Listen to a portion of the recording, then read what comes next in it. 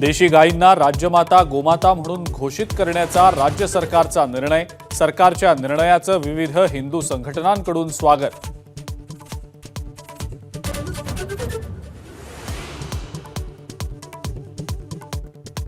मराठा आरक्षणाबाबत शिंदे समितीचा दुसरा आणि तिसरा अहवाल स्वीकारला.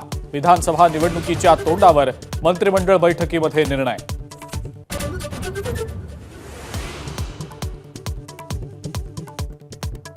मंत्रिमंडळ बैठकीमध्ये ठाण्यातील मेट्रो भुयारी मार्गांच्या प्रकल्पांसाठी मोठी तरतूद, तर रमाबाई आंबेडकर नगर आणि कामराज नगरच्या पुनर्विकासाला गती देण्याचाही निर्णय.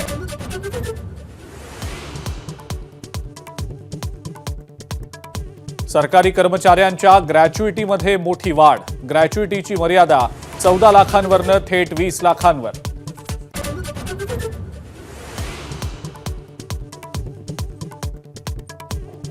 मुख्यमंत्र्यांसोबत बैठकीनंतर आदिवासींचं आंदोलन तुर्तास स्थगित. रखडलेल्या भरती प्रक्रियेवर निर्णयाबाबत आश्वासन मिळाल्याची नरहरी झिरवळांची माहिती.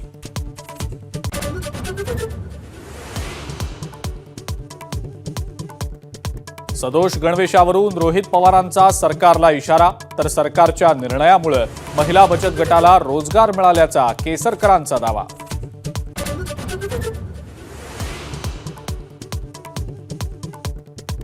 केंद्रीय गृहमंत्री अमित शहा उद्या मुंबई आणि नवी मुंबईच्या दौऱ्यावर.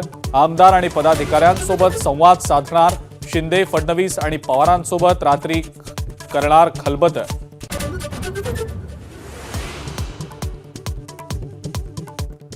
नांदेडमध्ये सुविधा केंद्राच्या संचालकानं लुटले लाडकी बहिणींचे पैसे. लाभार्थी महिलांच्या खात्याला जोडली पुरुषांची बँक खाती. केंद्र संचालक सचिन थोरात फरार.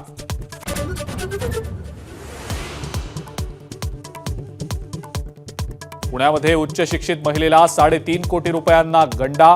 चीनमध्ये ड्रग्ज पाठवल्याचं सांगून फसवणूक. बँकेतले पैसे सरकारच्या सुरक्षा खात्यात ठेवण्यास सांगून लुबाडलं.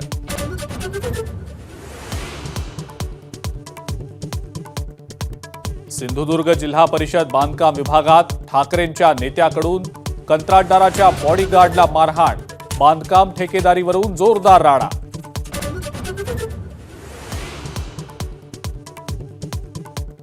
नागपुरातल्या केळवद परिसरात हिट अँड रन. अज्ञात वाहनाच्या धडकेत दुचाकीवरील तिघांचा मृत्यू. चालकाचा शोध सुरू.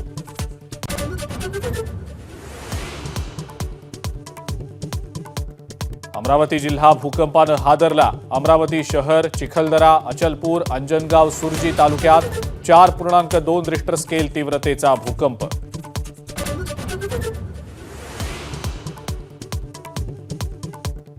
कानपूर टेस्टमध्ये रंगत निर्माण करण्याचे भारताचे प्रयत्न. 8च्या सरासरीनं खेळत 52 रन्सची आघाडी घेऊन डाव घोषित. जयस्वाल आणि राहुलची तडाखेबाज बॅटिंग.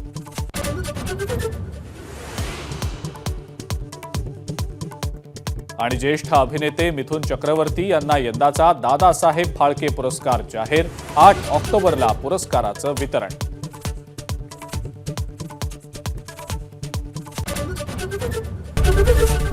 एबीपी माझा, उघडा डोळे बघा नीट.